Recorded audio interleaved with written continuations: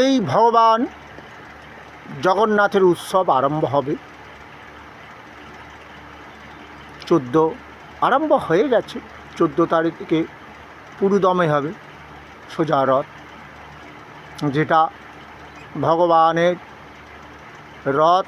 প্রভু জগন্নাথ, প্রভু বলরাম, মাতা সুভদ্রার কে 3টে রথে স্থাপন করে শ্রদ্ধা ভক্তি দিয়ে গুন্ডিচার বাড়ি নিয়ে যাওয়া হবে। কিন্তু এখানে একটা কথা বারবার উঠে আসে, অহিন্দুদের কেন জগন্নাথ মন্দিরে ঢুকতে দেওয়া হয় না, খ্রিস্টান মুসলমান কেন ঢুকতে দেওয়া হয় না?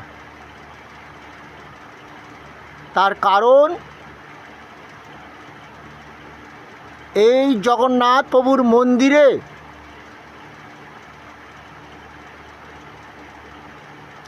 ব্রিটিশরা খুলে নিয়ে গেল সূর্য মন্দিরের চুম্বক। সূর্য মন্দির আজ আগলা ধ্বংস দিকে যাচ্ছে। কোনো ট্রাস্ট আগিয়ে আসেনি সূর্য দেবতার, তাই কোনো মন্দির হয় নেই যেখানে সূর্য দেবতার পুজো হয়। 12টার সূর্যের তাপ ক্রমশ বাড়ছে, ভাগবতে লেখা আছে। কেন বাড়ছে শুনতে পেয়েছো? তোমার ধন দৌলতে পূরণের জন্য তুমি মা লক্ষ্মীর পুজো করো। তাহলে সূর্য দেবতার 12টার সূর্যের তাপ যে নিবারণ করতে পারে, যদি শ্রদ্ধা ভক্তি দিয়ে সে ভগবানকে আমরা পুজো করতাম। কিন্তু সেই তীর্থস্থান, পরম তীর্থস্থান সূর্য দেবতার মন্দির, ব্রিটিশরা তার মাথা থেকে চুম্বকটা খুলে নিয়ে গেল। কেন? তারা যখন ব্যবসা করতে এলো এখানে, শুনতে পেয়েছো তোমরা, এসেছিল মানদণ্ড, লাস্টে নিল রাজদণ্ড, আমাদের পাপের ফলে। আমরা সংগঠিত ছিলাম না।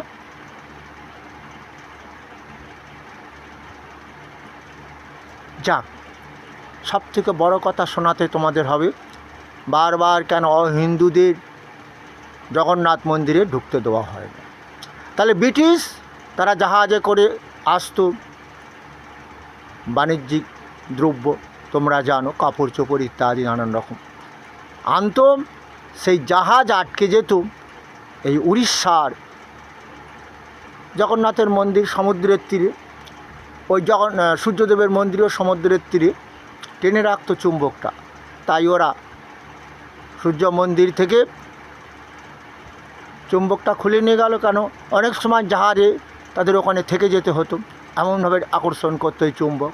গেল, ব্রিটিশরাই ধ্বংস করে দিল সূর্যদেবের মন্দির।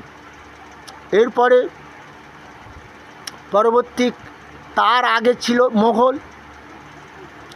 মোঘল আমলে তোমরা জানো, আকবর চেয়েছিলেন আদর্শ ভারতবর্ষ তৈরি করতে, যেখানে হিন্দুদের সংখ্যা বেশি, হিন্দুদের ধর্মের উপর আঘাত করলে হবে না। তাই আবুল ফজলকে দিয়ে দীন-ই-ইলাহি লিখলেন সনাতন ধর্ম এবং মুসলিম ধর্ম। তখন ভারতবর্ষের মানুষ শান্তিতে ছিল, তাদের মন্দির, দেব দেবতার মন্দির সুরক্ষিত ছিল। এরপরে এলেন যখন আওরঙ্গজেব, তার আদেশে নির্বিকারে ভারতের পরম তীর্থস্থান বৃন্দাবন ধাম, পুরী জগন্নাথ ধাম থেকে আরম্ভ করে কাশী বিশ্বনাথ ধাম, একে একে নির্বিচারে মন্দিরের উপর আঘাত করলেন। এবং বৃন্দাবনেরও সব মন্দিরগুলো কি হয়েছিল এই আক্রমণের ফলে? আমার ভক্তরা বিগ্রহগুলোকে কোথাও পুকুরের জলে, এইভাবে নদীর জলে লুকিয়ে রেখেছিল। এক সময় তাদের শাসন শেষ হলো। যেমন আমরা এটা পেয়েছি, রূপ সনাতন থেকে আরম্ভ করে এরা জাগরণ হলো, ভগবানের আদেশে তারা আবার সেই বৃন্দাবন জাগিয়ে তুলেছে। বাকি বিহারী মন্দির যেটা 3 তলা ছিল সেটাও ভেঙে দিয়ে হয়েছিল, এখন মনে হয় 2 তলা না 1 তলা, জানি না, মনে যায়নি তো। এই রকমই শুনতে পাচ্ছি, ইতিহাস তো মিথ্যা নয়। তাহলে আমাদেরও এখন ভয় লাগে, আবার যদি সেই মুসলমানরা ওই জগন্নাথ প্রভুর মন্দিরে প্রবেশ করে। তোমরা জানো রাজীব গান্ধীকে মারা হলো কি করে? ছোট্ট একটা বোম একটা বাচ্চা মেয়ের কাছে রেখে দেওয়া হয়েছিল। রাজীব গান্ধীকে মালা পরাবার জন্য যখনই এই মেয়েটা এগিয়ে গেল, তখন প্রশাসন জানতো, কিন্তু জেনেও কিছু করেনি, রাজীব গান্ধীর বংশ ধ্বংস করে দেবে। রাজীব গান্ধী একজন ভালো মানুষ ছিল, রাজনীতি ক্ষেত্রে রাজা হবার যোগ্য ছিল, যাক সে কথাটাও মানুষ ভয় পায়। যখন লাদেন পেন্টাগান উড়িয়ে দিল, সারা বিশ্ব ঘোষণা হলো মুসলমান মানেই জঙ্গি, ঘোষণা করে দেওয়া হলো। কিন্তু এই মুসলমানরা আমাদের বাবা তারকনাথ মন্দিরে মুসলমান ভাই আগে প্রদীপ ধরাবে, তারপরে হিন্দুরা আসবে। এই নিয়মটা কেন? ভগবানের কাছে কোনো জাত নেই, পাত নেই। মহাপ্রভু বললেন, কাজী নামমাত্র ভেদ করে হিন্দু আর যবনে, পরমার্থে এক কহে কোরআনে পুরাণে। কোরআনে তো কোনো জায়গায় লেখা নেই হিন্দুদের ধর্ম তারা আচরণ করবে, মুসলমান ধর্মের আচরণ করবে। কারণ এই কাজী সাহেব নবদ্বীপ ধামে যারাই হরিনাম গাইত তাদেরকে গারদে পুড়ে দিত, জেলখানাতে পুড়ে দিত। তাই মহাপ্রভু এলেন আজ কাজী সাহেবের কাছে, যে শিক্ষাটা তোমরা লাভ করো, চৈতন্য ভাগবত পড়ো, তাতে পরিষ্কার লেখা আছে এই কাজী সাহেব সম্পর্কে ছিল মহাপ্রভুর মামা। কারণ কাজী সাহেবকে সচিমাতা ভাই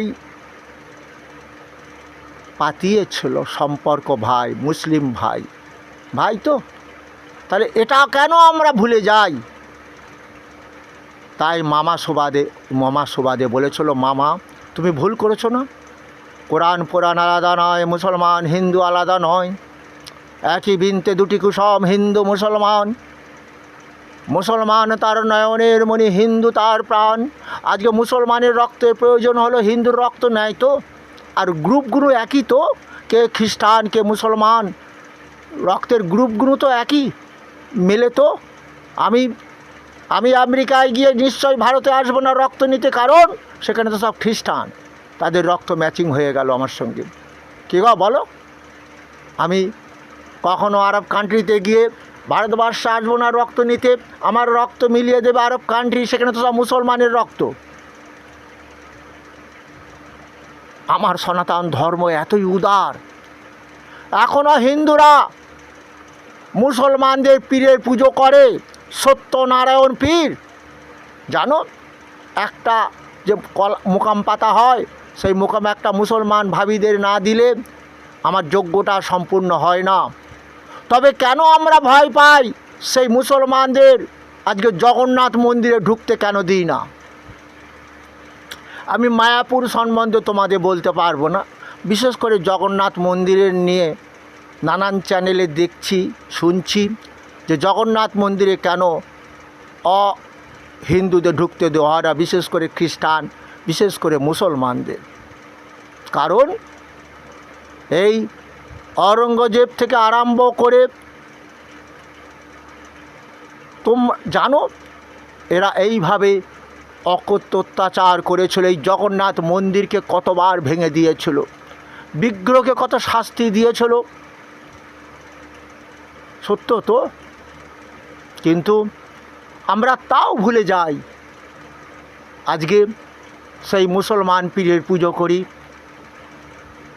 আমরা কখনো বলি না আমি হিন্দু ডাক্তার, আমি হিন্দু রুগী দেখব, মুসলমান দেখব না, আমি এখানে হিন্দুদের রক্ত দেওয়া হবে, মুসলমানদের রক্ত দেওয়া হবে না, আমাদের যে হসপিটালগুলো আছে, কখনো কি এটা বলি না তো। কিন্তু কোরআনে কিন্তু এটা লেখা আছে, তোমার ধর্মটা তোমার কাছে বড়, পর ধর্মকে তুমি হেয় করতে পারো না, এর ফলে তোমার পাপ হবে, এই পাপের ফলে তোমরা ধ্বংস হয়ে যাবে। তাই নষ্টদমাস বলে গেছে, ভবিষ্যৎবাণী করে গেছে, সনাতন ধর্ম ছাড়া কোনো ধর্ম থাকবে না। কারণ সনাতন ধর্ম, যে ধর্ম কাকে উৎপীড়িত করে না, আজকে রাজ্য সরকার একটা আইন আনতে চলেছে যে তারা খ্রিস্টানরা এসে এখানে সনাতন ধর্মেদের খ্রিস্টান ধর্মে ধর্মান্তরিত করছে দুর্বলতার সুযোগে, হয়তো তাদের চাকরি পাইয়ে দেবে, সুখ শান্তি দান করবে, এই লোভে হিন্দুরা খ্রিস্টান হচ্ছে। এটা করা যাবে না, আইন হয়েছে। কিন্তু আমার সনাতন ধর্ম খ্রিস্টান ধর্ম এটা বলে না। যিশু বলেছিলেন জাতপাত দেখবে না, সেবা ধর্ম শ্রেষ্ঠ ধর্ম। তোমাদের অনেকবার শুনিয়েছিলাম যে একটা ঘটনাটা কি ছিল, জেরুজালেম থেকে জেরিকো যাবার পথে এক গুড সামারিটান দেখতে পেলেন একটি মানুষ পড়ে আছে, হয়তো তস্করেরা তাকে মারধর করে অর্থ কেড়ে নিয়ে ফেলে দিয়ে গেছে। গুড সামারিটান নামলেন ঘোড়া থেকে, দেখলেন বেঁচে আছে, তাকে ঘোড়াতে তুললেন, সরাইখানেতে নিয়ে গেলেন, সারা রাত ধরে চিকিৎসা করলেন। সরাইখানার মালিককে বললেন আই পে রিমেইন এগেইন, আমি তোমাকে দেবো, এর পেছনে তুমি খরচ করবে, একে বাঁচাও, একে সুস্থ করো। ভগবান যিশু বললেন তার ভক্তদের, তোমরাও এরকম জাতপাতে বিচার দেখবে না, সবার উপরে মানুষ সত্য এটা মনে করবে। সবাই যিশুর সন্তান, মুসলমান সবাই আল্লাহর সন্তান। সনাতন ধর্মের লোকেদের পিতাকে ভগবান কৃষ্ণ, ওই যে পিতাহ হমর্ষ জগত মাতা ধাতা পিতামহ বেদং পবিত্রং ওঙ্কার রিকসাম যজুরে বচ, আমি সেই জগৎবাসীর পিতা, আমি মাতা, আমি বিধাতা, আমি পবিত্র ওঙ্কার। ঠাকুর রামকৃষ্ণ বললেন যত মত তত পথ। কত সুন্দর কথা বলো তো। তিনি সনাতন ধর্মের ব্রাহ্মণ হয়ে লুঙ্গি পরে মসজিদে গিয়ে নামাজ পড়িয়ে জগৎকে শিক্ষা দিল, যেটা গৌরাঙ্গ মহাপ্রভু করে বলেছিলেন মুখে, ঠাকুর রামকৃষ্ণ সেটা দেখিয়ে দিল। তিনি খ্রিস্টানও হলেন, প্যান্ট শার্ট পরে গির্জায়ও গেলেন, জগৎকে বলে দিলেন জগৎবাসী চামড়া দিয়ে ঢাকাই আছে কখানা যে হার, মরেলেই তো সবই শেষ, নেই যে কিছুই আর, কবর দাও বাঁচি তাই পোড়াও, মরলে সবাই মাটি। কত সুন্দর। আজ কি হলো? সনাতন ধর্ম থাকবে, সনাতন শাশ্বত সনাতন ধর্ম। এ ধর্মের পর অনেক আঘাত হয়েছে, আঘাতের শেষ নেই। ওই যে গীতায় আছে ব্রহ্মণহি প্রতিষ্ঠমৃতস্ব বায়স্য চ শাশ্বতস্য চ ধর্মস্য সুখসৈকান্তিকস্য চ। আমি শাশ্বত সনাতন ধর্মের সৃষ্টিকর্তা কৃষ্ণ। এই সনাতন ধর্মকে যারা আশ্রয় করবে সুখ পাবে, শান্তি পাবে, মৃত্যুর পর পরম মোক্ষ লাভ করবে। তুমি কি জানো কোরআন পড়ে যে মুসলমান ভাই, কোরআনে পরিষ্কার লেখা আছে দেখবে, জঙ্গি হইও না, জঙ্গি হইও না। কি পড়লে নামাজ খোদা পাবে, ছাড়লে নামাজ দোজখে যাবে, এটা কি জানো? আল্লাহ মালিকের নাম করো, পবিত্র হয়ে যাবে দেহ। মুসলমান হিন্দু খ্রিস্টান ভেদ থাকবে না।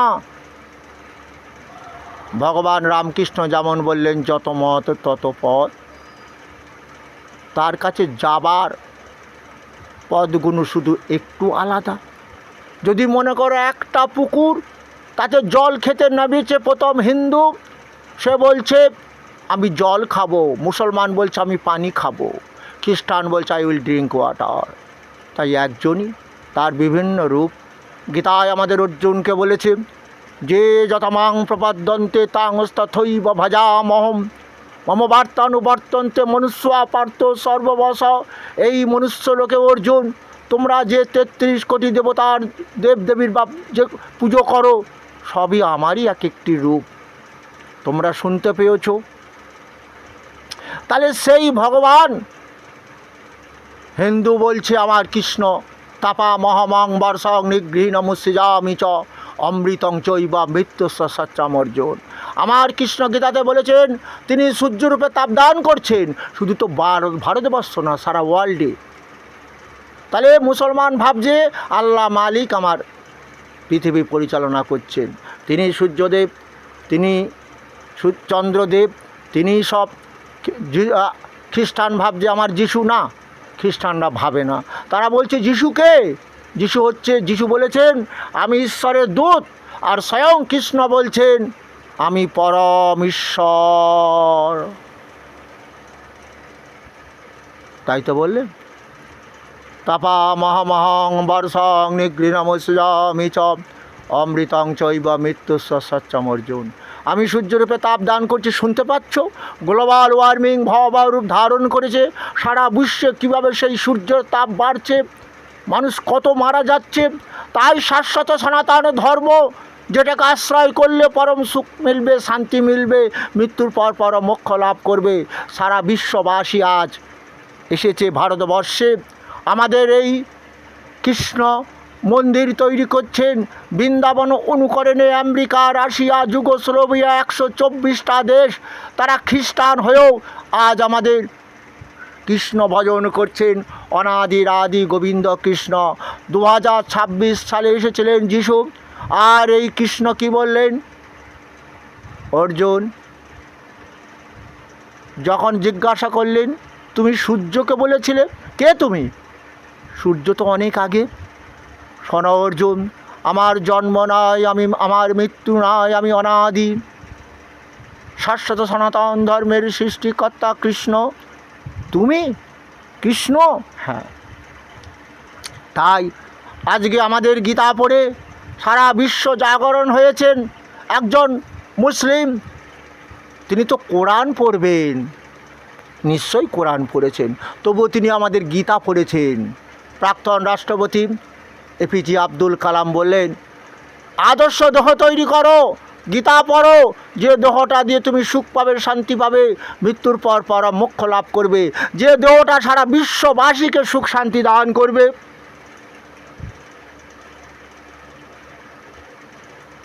তাই তো, কিন্তু না, কোরআন আজ ঠিকভাবে পড়া হয় না।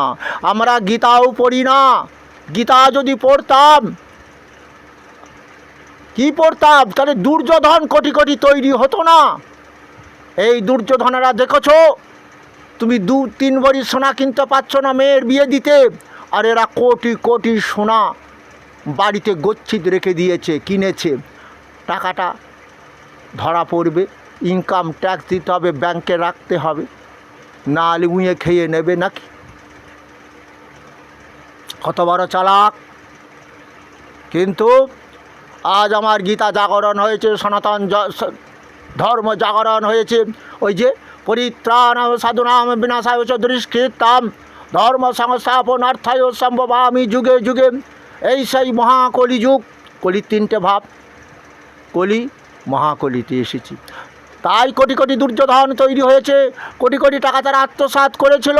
আজ জাগরণ হয়েছে সেই ভগবান কৃষ্ণ।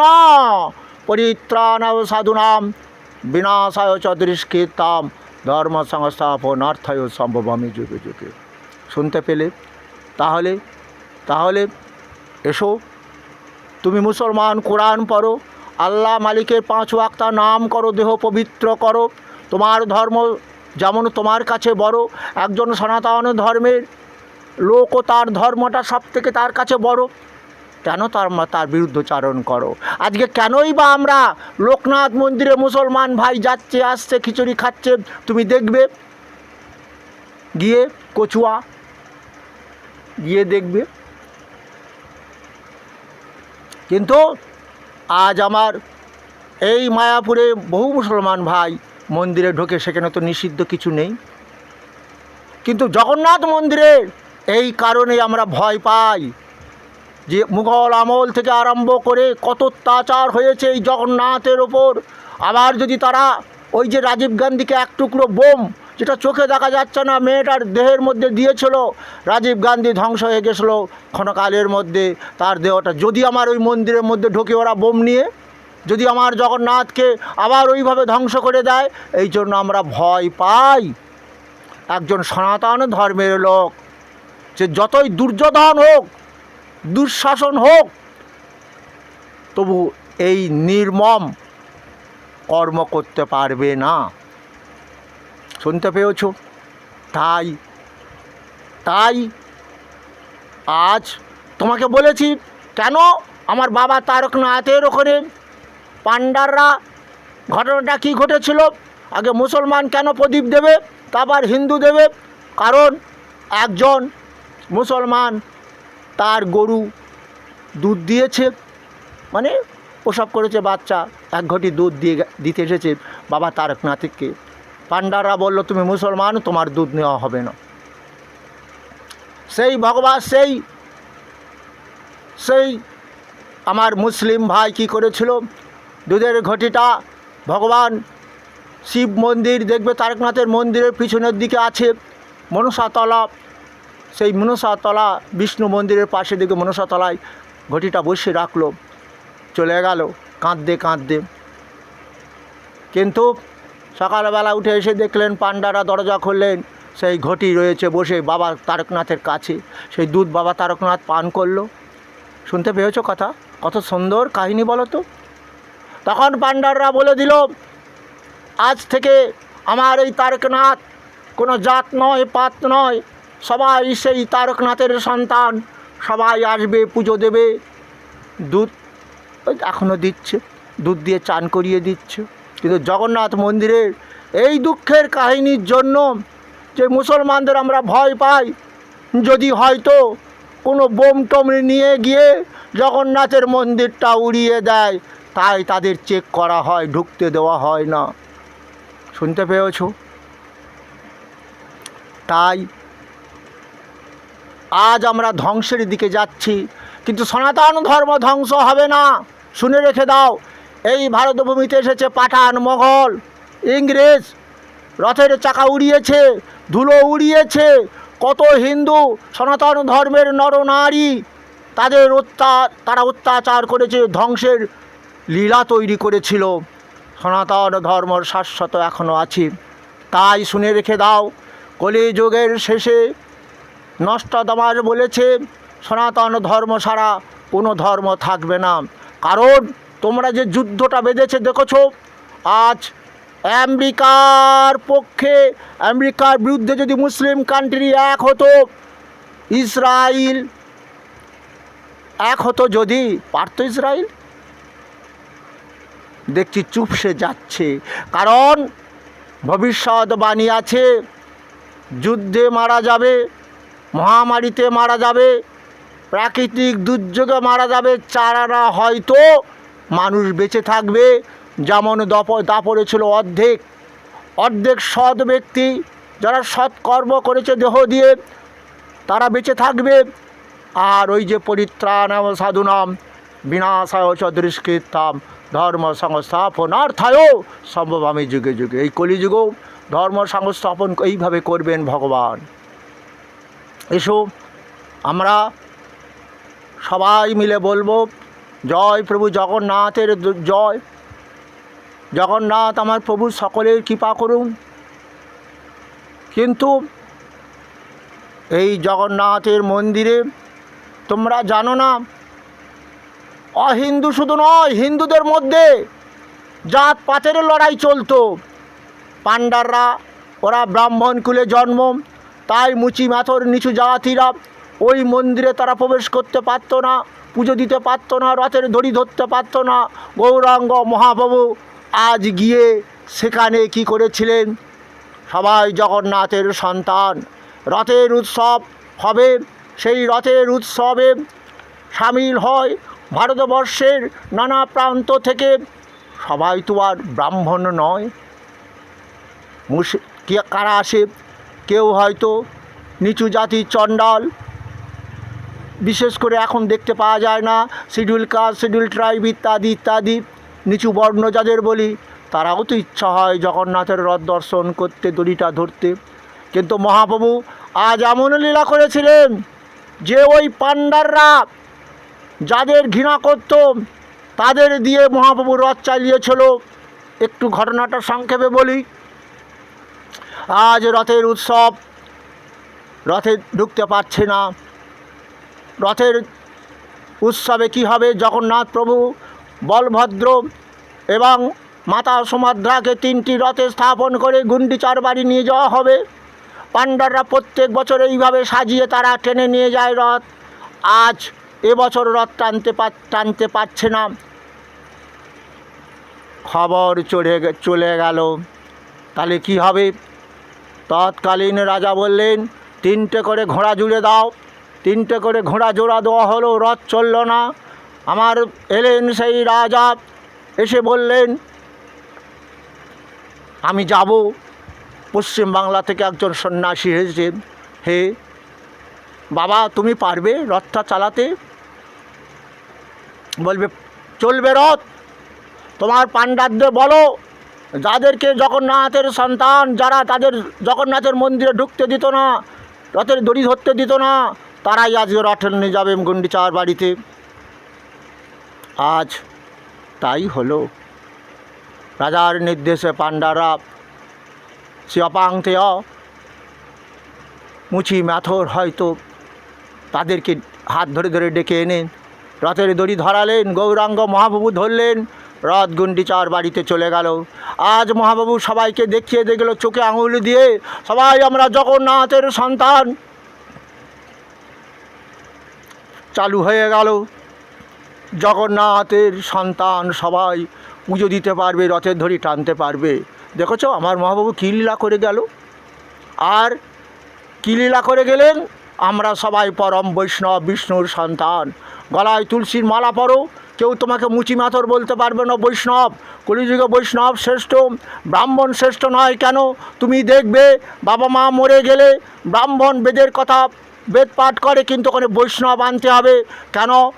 ভগবান বললেন, হরের নাম হরের নাম কৈবলম কলৌ নাস্তে বা গতির নাতাম। হে কলির জীব, হরিনাম যজ্ঞ ছাড়া দেহ শুদ্ধ হবে না, মৃত্যুর পর পরম মোক্ষ লাভ হবে না। তাই জন্য ছেলে বাবাকে মোক্ষ লাভের জন্য হরিনাম দেবে। এটা কেন হলো? মহাপ্রভুকে বলল, নিমাই, তোর ওই হরিনাম দিয়ে মানুষের পাপ খণ্ডন হবে না, মানুষের পরম মঙ্গল হবে না। বেদ পাঠ করতে হবে, যাগযজ্ঞ করতে হবে। তাই তোমরা বাস্তু যজ্ঞ করো, বাড়িতে আপদ বিপদ কাটার জন্য হরিনাম যজ্ঞ করো। বাবা মা মরে গেলে দেখেছো তো ওখানে ব্রাহ্মণেরা বেদ পাঠ করছে, কিন্তু হরিনাম দিতেই হবে। ব্রাহ্মণের বাবা মারা গেলেও দেখবে সেও তো সেই বাড়িতে হরিনাম দিতে হচ্ছে। কেন? জানে তারা ব্রাহ্মণ ছিলেন মহাপ্রভু, তাই ব্রাহ্মণ বাড়িতে হরিনাম হয়। ব্রাহ্মণের বাবা মা মরে গেলে তার আগে তারা গাইবে না হরিনাম। কারণ মহাপ্রভু তাই দুঃখ করে বলেছিল, সোনাকলির ব্রাহ্মণ ত্রিসন্ধ্যা যদি করো ফল হবে না, যদি না তুমি তুলসীর মালা গলায় পরো। তাই কলিযুগ আজকে মহাকলিতে এসে গেল। চারিদিকে কোটি কোটি দুর্যোধন। আজকে প্রকৃতি ভয়াবহ রূপ ধারণ করেছে। নিম্নচাপ সারা বৃষ্টি হয় না, আষাঢ় শ্রাবণ মানে না তো মন ঝড়ো ঝড়ো ঝরেছে। সে ঝরবে আর নয়। গ্লোবাল ওয়ার্মিং, সারা বিশ্ব বুঝতে পেরেছে ধ্বংসের দামামা বেজেছে। এই তাপমাত্রা ভয়াবহ রূপ ধারণ করেছে, 6টা ঋতুকে পাল্টে দিয়েছে। আমরা ধ্বংসের দামামা বেজেছে, ধ্বংস হতে দেব না। ধ্বংস হব কেন? গৌরাঙ্গ মহাপ্রভু বললেন, কি বললেন? শোনো শোনো নিত্যানন্দ, শোনো হরিদাস, আমার আজ্ঞা সর্বত্র করো প্রকাশ। প্রতি ঘরে ঘরে ভিক্ষা মাগো, বদনে বলো কৃষ্ণ নাম, ভজ কৃষ্ণ, লহ কৃষ্ণ শিক্ষা। গীতা পড়ো, গীতা কলি কলুষ নাশক। কলিতে যত পাপ জমেছে, গীতা পাঠের ফলেই পাপমুক্ত হতে পারবে। দেহ দিয়ে সুখ পাবে, মৃত্যুর পর সুখ শান্তি লাভ করবে, ভয় নাই। কিন্তু হরে কৃষ্ণ কৃষ্ণ কৃষ্ণ হরে হরে, হরে রাম রাম রাম হরে হরে। যত তীর্থস্থানে তুমি যাবে প্রত্যেক জায়গায় দেখবে হরিনাম। আমি কামাখ্যা মায়ের মন্দিরে ভিডিও দেখছি, সেখানেও হরিনাম হচ্ছে। এটা যেন তোমরা ভুলে যেও না, সবই সেই হরি। ওই যে বললেন, কি বললেন ভগবান? যে বললেন যে যথা মাং প্রপাদ্যন্তে তাংস্তথৈব ভজামহম। মম বার্তানু বর্তন্তে মনুষ্যা পার্থ সর্বস। এই মনুষ্যলোকে অর্জুন তোমরা যে 33 কোটি দেবতা পুজো করো সবই আমারই এক একটি রূপ। এই পুজো 33 কোটি দেবতার পুজো করতে করতে আমাদের দেহ থেকে জঙ্গি ভাবটা চলে যায় গো। এই জন্য তো আমার ভগবান বলেছিলেন। আর কোরআনে যে ওই যে লেখা আছে, পড়িলে নামাজ খোদা পাবে, ছাইলে নামাজ দোজখে যাবে।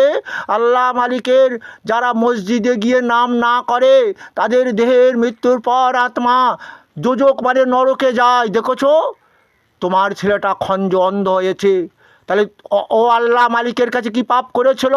আল্লাহ মালিক তাকে কেন এই বিকৃতিপূর্ণ দেহ তৈরি করলো?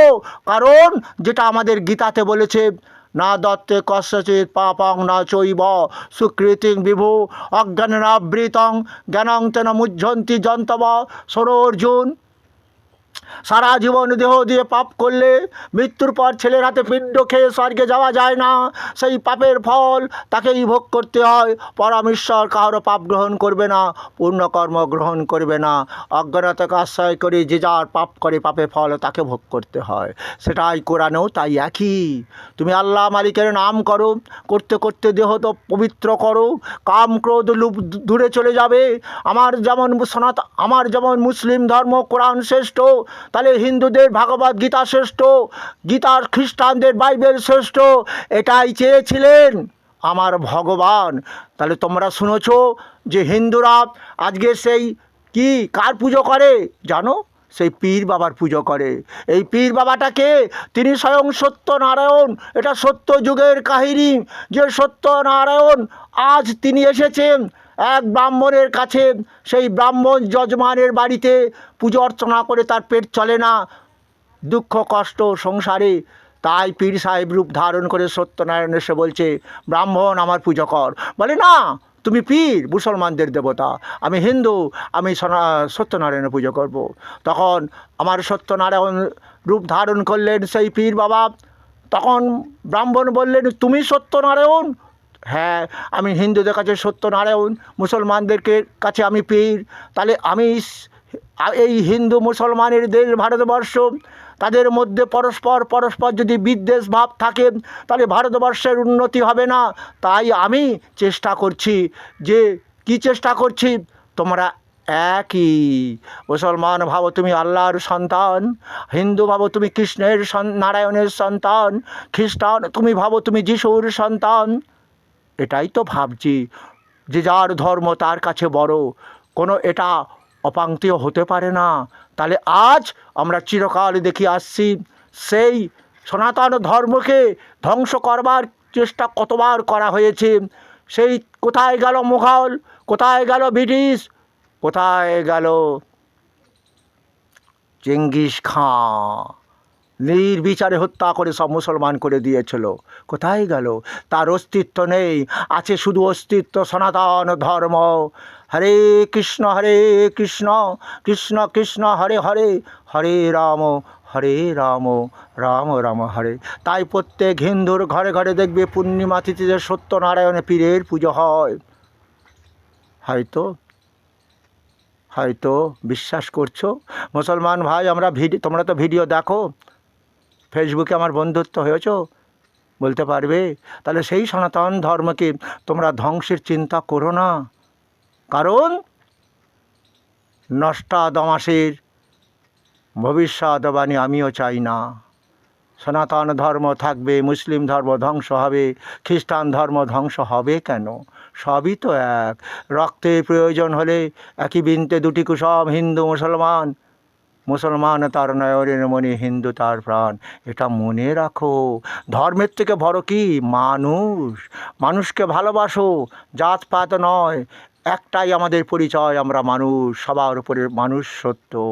কেনই দ্বন্দ্ব?